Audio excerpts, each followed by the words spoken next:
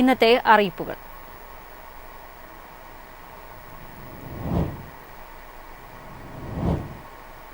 കൊച്ചി മെട്രോയുടെ പേരുമാറ്റത്തെ സംബന്ധിച്ച് സർക്കാരിന് ഒരറിവുമില്ലെന്ന് മുഖ്യമന്ത്രി വി.ഡി. സതീശൻ. പേരുമാറ്റാനുള്ള ചർച്ച പരിഗണനയിലില്ലെന്നും മുഖ്യമന്ത്രി പറഞ്ഞു. കൊച്ചി മെട്രോയുടെ പേര് മാറ്റുമെന്ന വാർത്തകളോട് പ്രതികരിച്ച് മുഖ്യമന്ത്രി വി.ഡി. സതീശൻ സർക്കാർ ഒന്നും അറിഞ്ഞിട്ടില്ലെന്നും പേരുമാറ്റാനുള്ള ചർച്ച സർക്കാരിന്റെ പരിഗണനയിലില്ലെന്നും മുഖ്യമന്ത്രി പറഞ്ഞു. രാവിലെ പത്രവാർത്തകൾ കണ്ടാണ് താൻ ഈ വിവരം അറിഞ്ഞതുപോലും.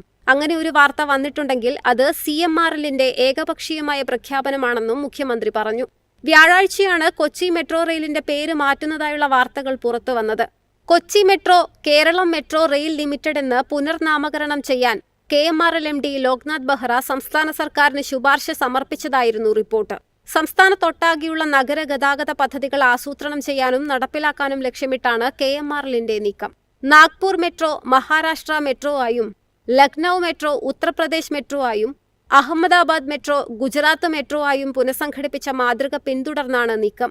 പേരുമാറ്റാൻ ആദ്യം സംസ്ഥാന സർക്കാരിന്റെ അനുമതിയാണ് വേണ്ടത്. അനുമതി ലഭിച്ചാൽ മറ്റ് നടപടികളിലേക്ക് കടക്കും.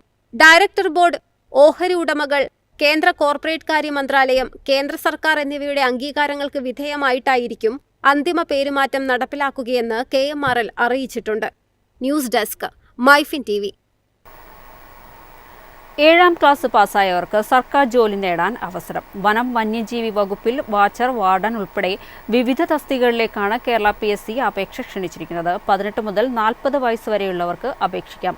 7ാം ക്ലാസ് പാസ്സായിരിക്കണം. എന്നാൽ ബിരുദം നേടിയവർക്ക് അപേക്ഷിക്കാനാകില്ല. നിശ്ചിത ശാരീരിക യോഗ്യതകളും ആവശ്യമാണ്. സെപ്റ്റംബർ 2 വരെയാണ് അപേക്ഷിക്കാനുള്ള സമയം. കേരള PSCയുടെ ഒറ്റത്തവണ രജിസ്ട്രേഷൻ പൂർത്തിയാക്കിയ ശേഷം പ്രൊഫൈൽ വഴിയാണ് അപേക്ഷ സമർപ്പിക്കേണ്ടത്. എളുപ്പത്തിൽ സമ്പാദ്യം വളർത്താം. ഇന്ന് തന്നെ മൈഫിൻ TV ആപ്പ് ഡൗൺലോഡ് ചെയ്യൂ.